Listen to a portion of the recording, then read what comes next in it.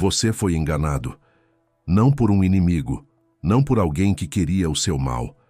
Você foi enganado por pessoas que te amavam, que repetiram com convicção aquilo que também receberam como verdade e que nunca pararam para questionar se o que estavam passando adiante era sabedoria ou cicatriz disfarçada de conselho. E essa mentira está custando caro. Está custando relacionamentos, oportunidades, saúde e, em alguns casos, está custando o próprio destino, porque o homem que acredita nela passa a vida inteira travado numa postura que parece força, mas é, na sua essência mais crua, uma prisão sem grades visíveis. A mentira é esta, que o homem forte nunca cede, que recuar é fraqueza, que mudar de plano é falta de caráter, que dobrar, em qualquer direção, por qualquer razão, diante de qualquer pressão, é o primeiro e mais definitivo sinal de que você não era quem dizia ser. Olha o estrago que essa ideia fez. Olha os homens que ela produziu. Homens que insistiram num casamento morto porque admitir que algo precisava mudar parecia rendição. Homens que continuaram num negócio que estava destruindo sua saúde porque desistir do plano original parecia fraqueza de caráter. Homens que perderam décadas tentando forçar portas que Deus havia fechado porque foram ensinados que fé é sinônimo de insistência cega. Homens que chegaram ao fim de ciclos inteiros da vida mais duros por fora e mais vazios por dentro, porque confundiram endurecimento com crescimento e chamaram de firmeza o que era, na verdade, medo com roupagem de virtude.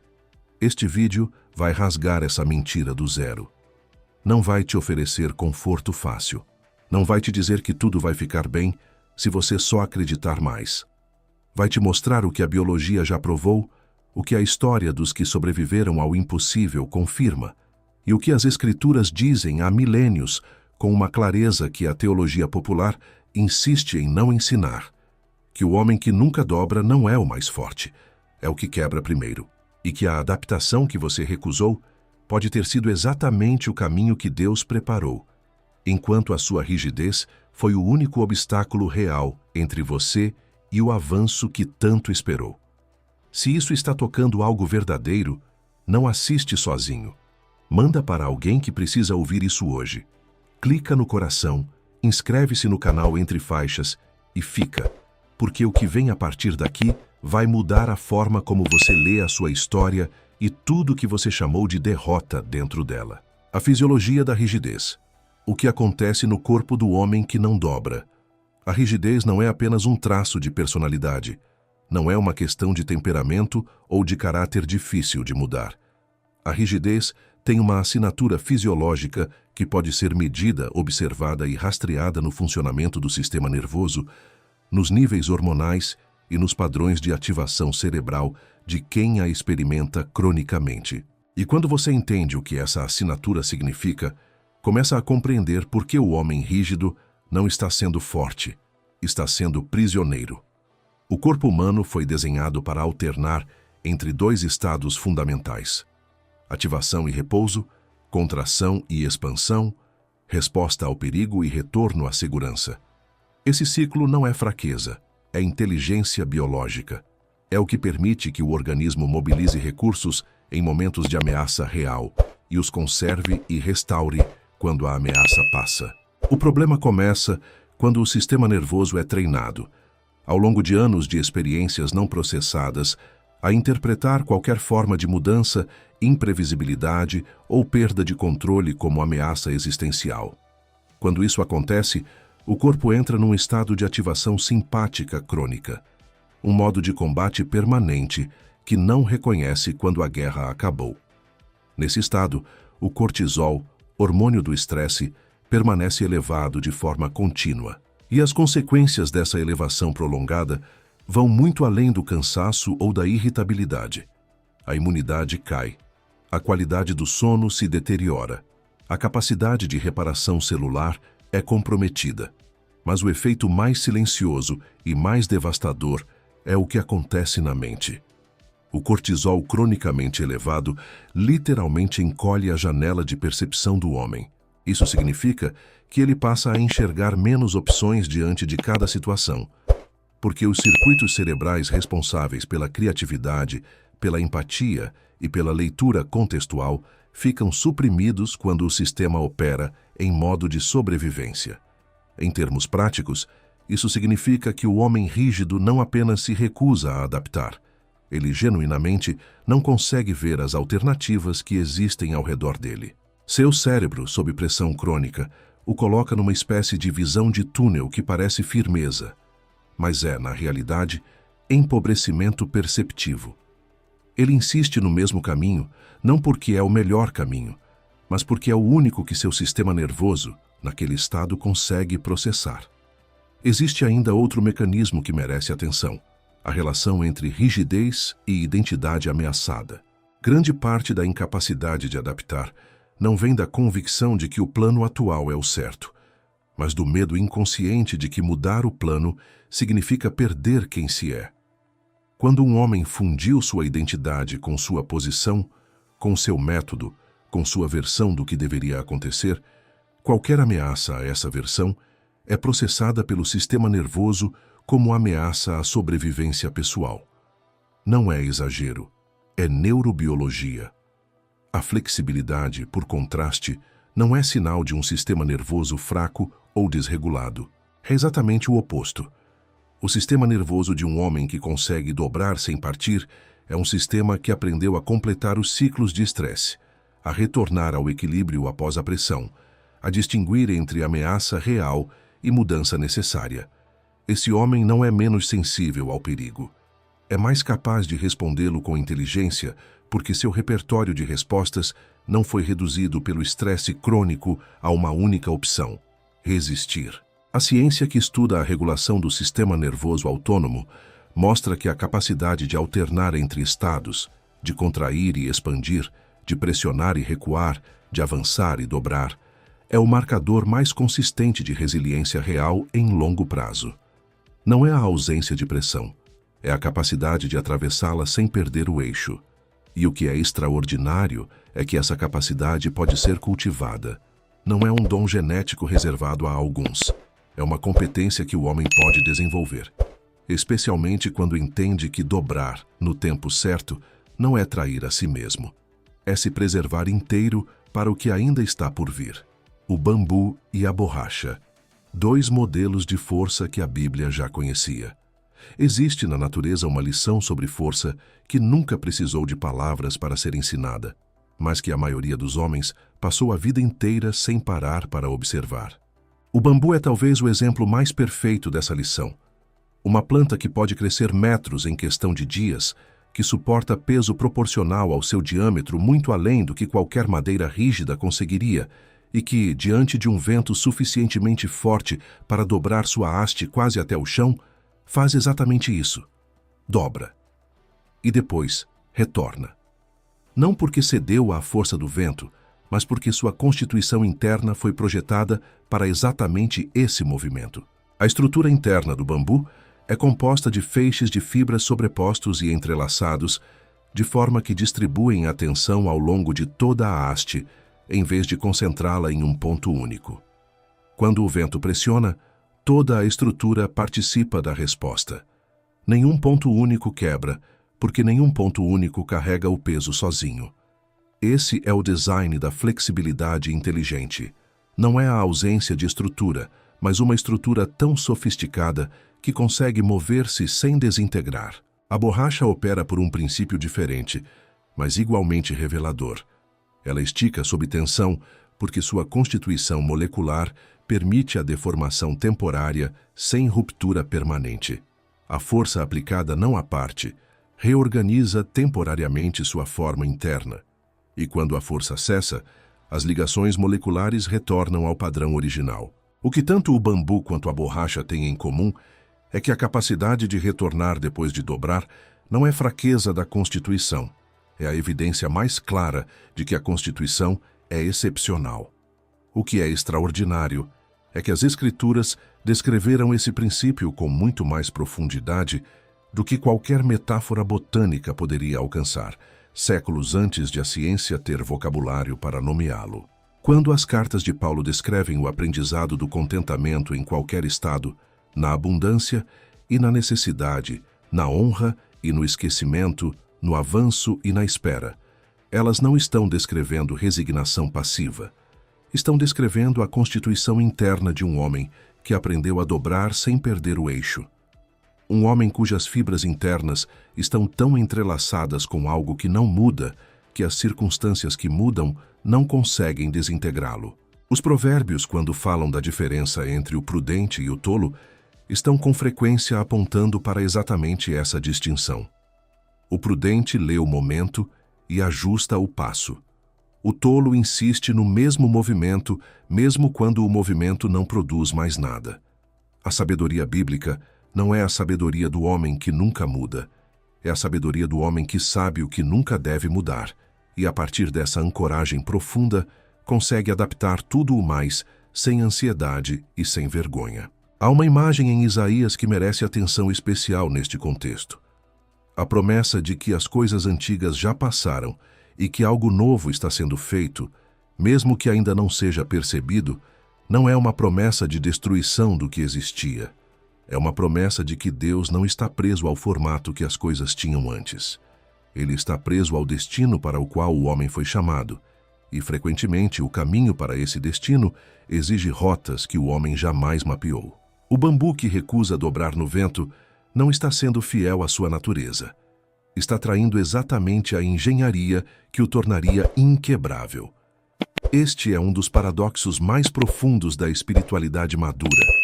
A fidelidade ao destino às vezes exige infidelidade ao plano, não ao propósito, ao plano específico que o homem construiu na sua cabeça sobre como o propósito deveria se realizar.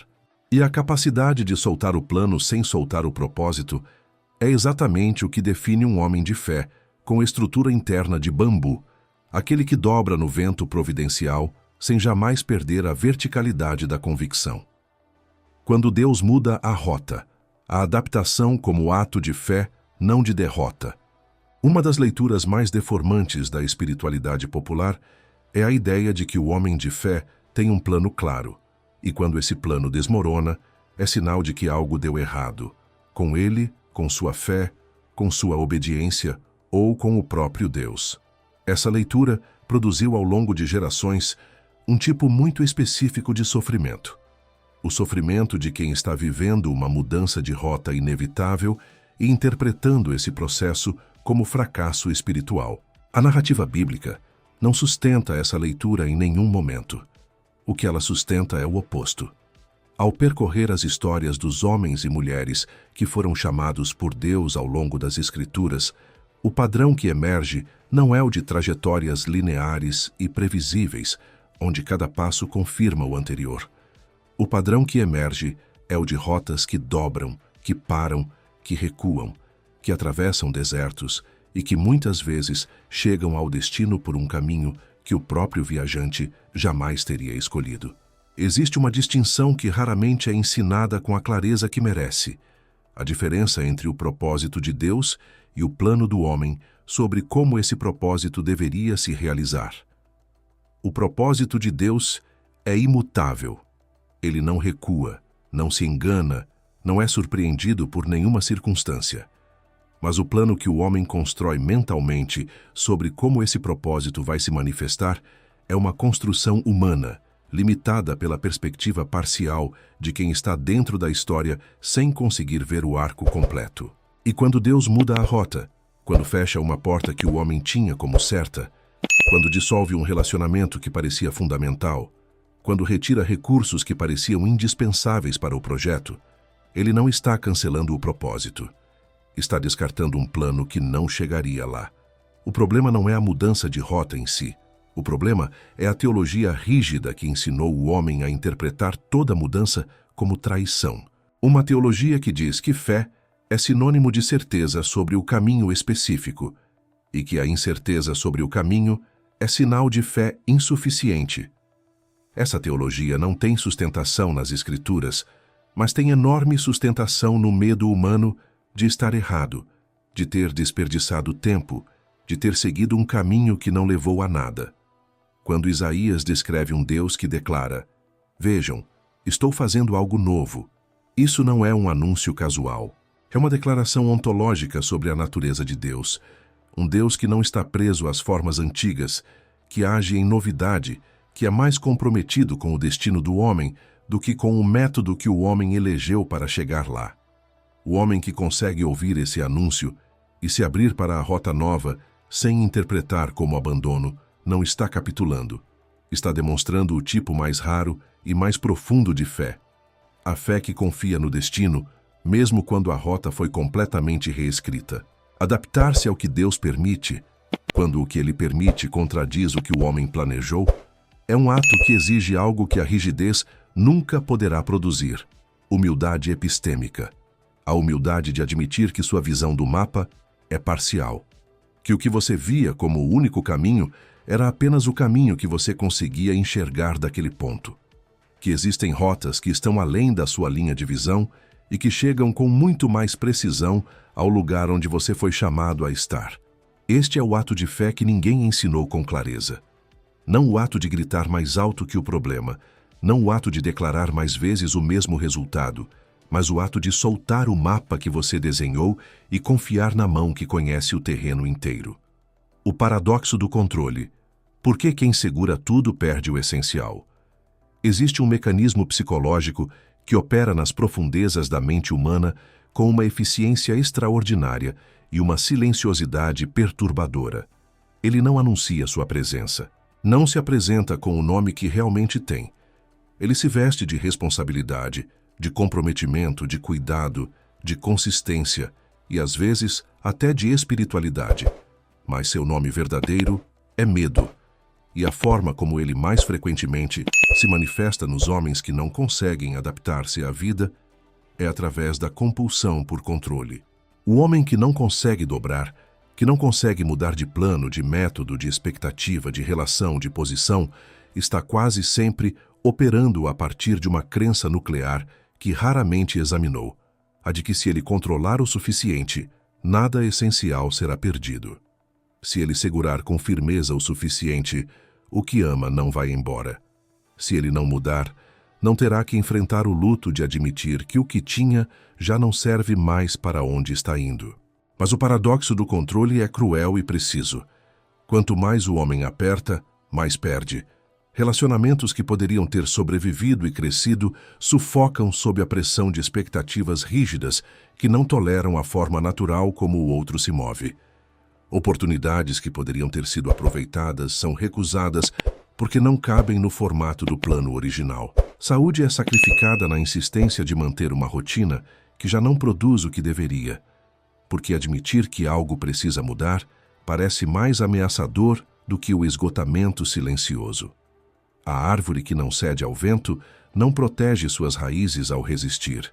Ela as arrisca, porque a copa rígida que não distribui a força do vento concentra toda a atenção no ponto de ancoragem, e é exatamente ali, no ponto que deveria ser o mais estável, que a ruptura acontece. A copa que dobra distribui a tensão de forma inteligente e preserva as raízes intactas.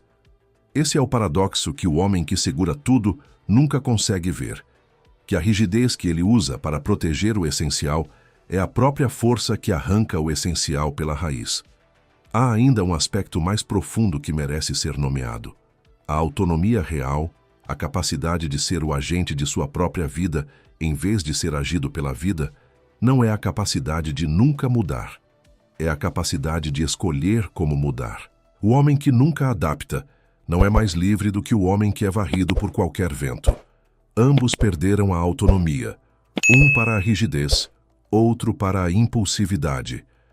A liberdade genuína está no meio, no homem que pode dobrar quando necessário, porque sabe o que nunca vai dobrar.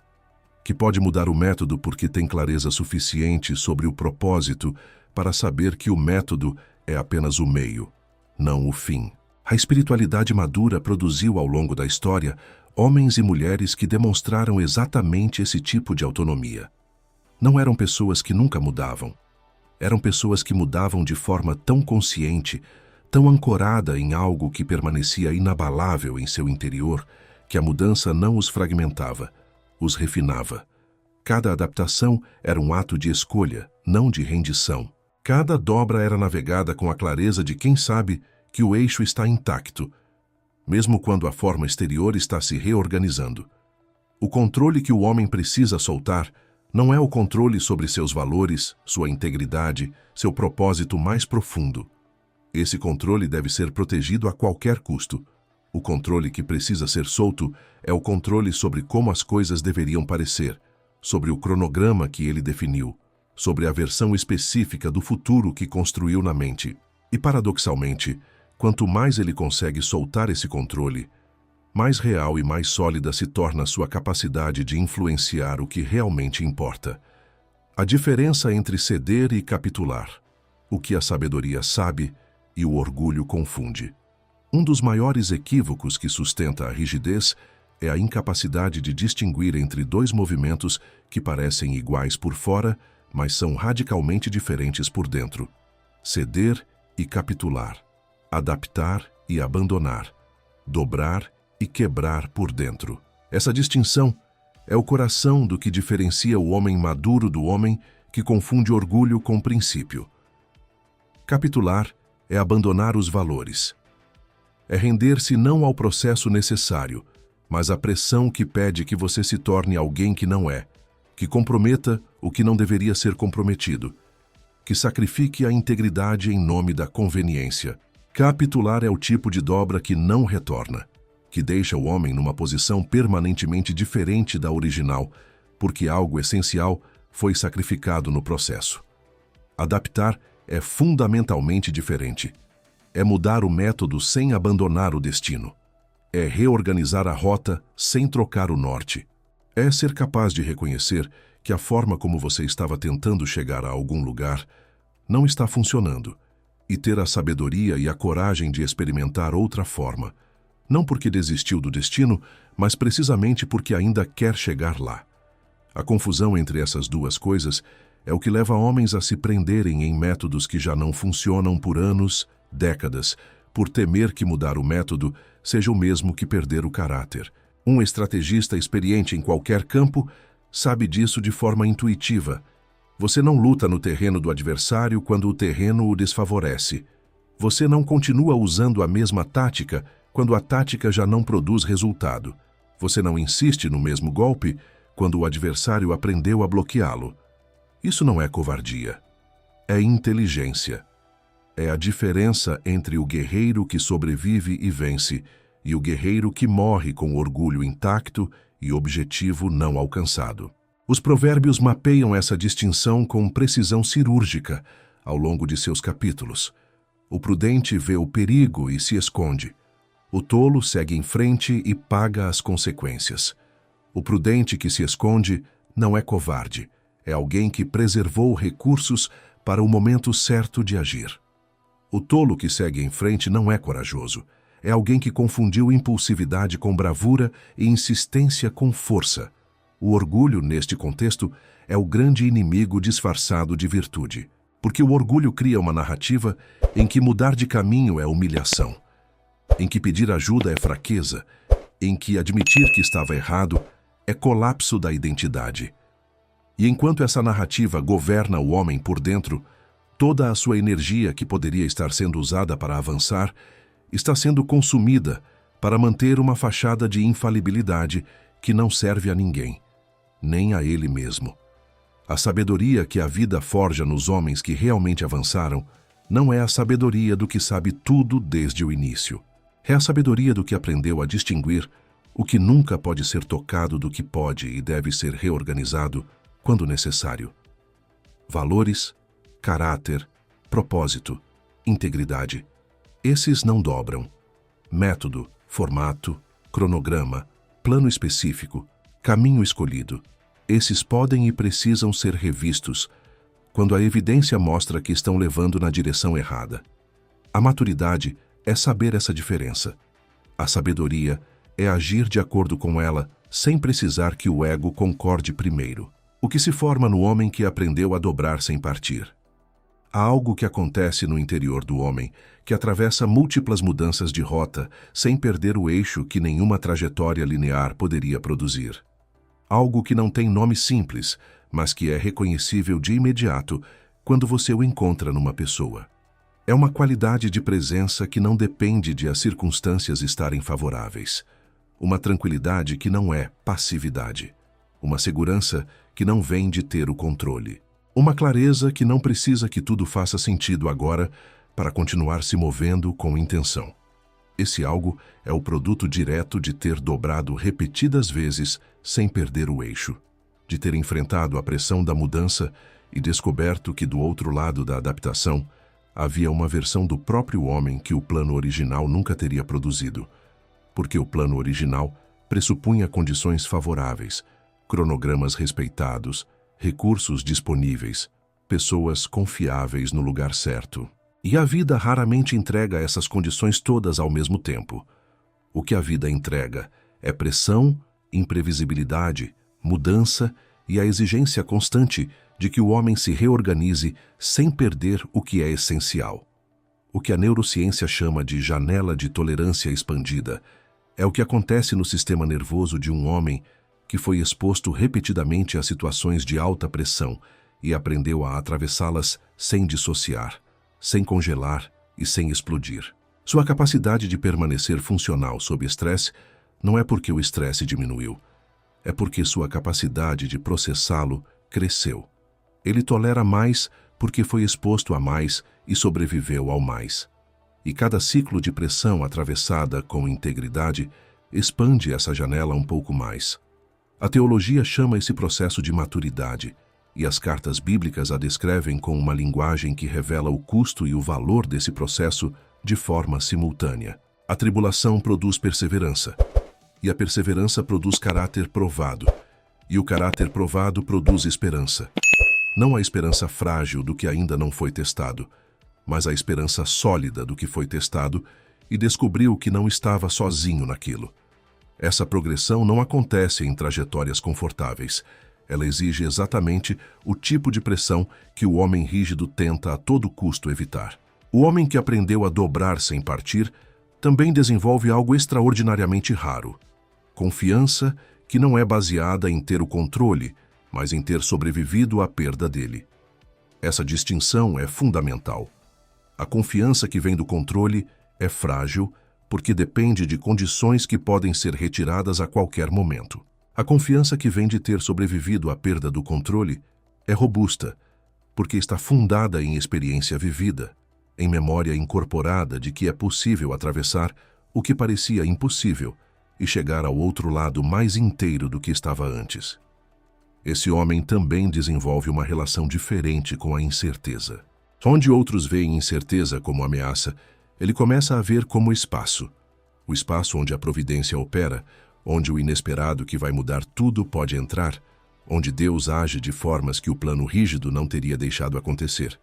Ele não ama a incerteza, mas aprendeu a não ser paralisado por ela. E essa liberdade diante do que não se pode controlar é talvez o maior presente que a adaptação bem navegada pode oferecer a um homem: a obediência que ninguém ensinou. Voltemos ao começo. A mentira que foi ensinada por gerações como se fosse virtude. A ideia de que o homem forte nunca cede, nunca dobra, nunca reorganiza o caminho. E agora, depois de tudo que foi desdobrado ao longo deste vídeo, é possível ver com clareza o que essa ideia realmente produz. Não homens mais fortes, mas homens mais frágeis, porque a rigidez que não distribui tensão sempre se rompe no ponto de ancoragem. Mas há uma dimensão desse tema que ainda não foi nomeada diretamente, e ela é a mais profunda de todas. A adaptação, a verdadeira adaptação, a que acontece sem perda de eixo, sem abandono de valores, sem capitulação, não é apenas uma estratégia inteligente de sobrevivência. Ela é uma forma de obediência, uma forma que raramente foi ensinada, porque exige muito mais do que seguir regras. Exige confiar num Deus que não explica cada curva antes de pedi-la. O bambu não escolhe dobrar no vento porque quer. Ele dobra porque sua constituição o permite e porque a física assim exige. E ao dobrar, ele obedece à natureza do vento sem perder sua própria natureza. O rio não contorna a pedra porque o caminho reto foi bloqueado, e ele ficou sem opção. Ele contorna porque a gravidade o conduz ao nível mais baixo disponível, e ao contornar, Ele obedece à lei que o governa sem perder a direção que o define. A gravidade puxa para baixo, mas o rio chega ao mar. O homem que se adapta ao que Deus permite, que deixa ser reorganizado o que precisa ser reorganizado, que solta o plano específico sem soltar o propósito, não está sendo levado pelo vento de qualquer circunstância. Está sendo conduzido por uma lógica que está além da sua visão imediata, mas não além da sua fé. Ele está obedecendo não à pressão da situação, mas à arquitetura maior da qual sua vida é parte. E essa obediência, silenciosa, custosa, muitas vezes incompreendida pelos que ainda confundem rigidez com força, é o tipo mais raro de coragem espiritual que existe. Isaías descreve esse Deus que faz coisas novas como alguém que abre caminho no deserto e faz rios no lugar árido. Não é promessa de que o deserto vai desaparecer, é promessa de que no meio do deserto haverá caminho e no meio do árido haverá água. Mas para caminhar por um caminho no deserto, o homem precisa aceitar que está no deserto. Para beber da água no árido, precisa aceitar que o lugar onde está não é onde queria estar. A adaptação começa precisamente aí, não no passo glorioso em direção ao novo, mas na aceitação honesta do onde estou é real. O meu plano não chegou até aqui, e eu ainda vou avançar. O homem rígido quebra porque tenta ser uma coisa que a criação inteira nunca sustentou, imune à mudança. O homem flexível em Deus dobra porque entendeu que a dobra não é derrota. É o movimento natural de uma constituição interna sólida o suficiente para mover-se sem desintegrar. Não é fraqueza, é engenharia superior. É a marca do que foi formado para durar mais do que as tempestades que vai atravessar. E se você chegou até aqui, já sabe que alguma parte disso está falando sobre algo real na sua vida, sobre um plano que não funcionou como deveria, sobre uma rota que foi reescrita sem pedir permissão, sobre uma pressão que ainda está te pedindo que dobre e que você ainda está resistindo porque resistir foi o que te ensinaram que era força. Deixa esse vídeo ser a permissão que faltava para você entender que dobrar, no tempo certo, no lugar certo, com o eixo certo, é o ato de fé mais corajoso que um homem pode fazer. Se este conteúdo tocou algo verdadeiro em você, compartilha com alguém que também precisa ouvir. Clica no coração, inscreve-se no canal Entre Faixas e continua aqui, porque há muito mais sendo preparado para quem está nessa jornada de aprofundamento. A gente se vê no próximo vídeo.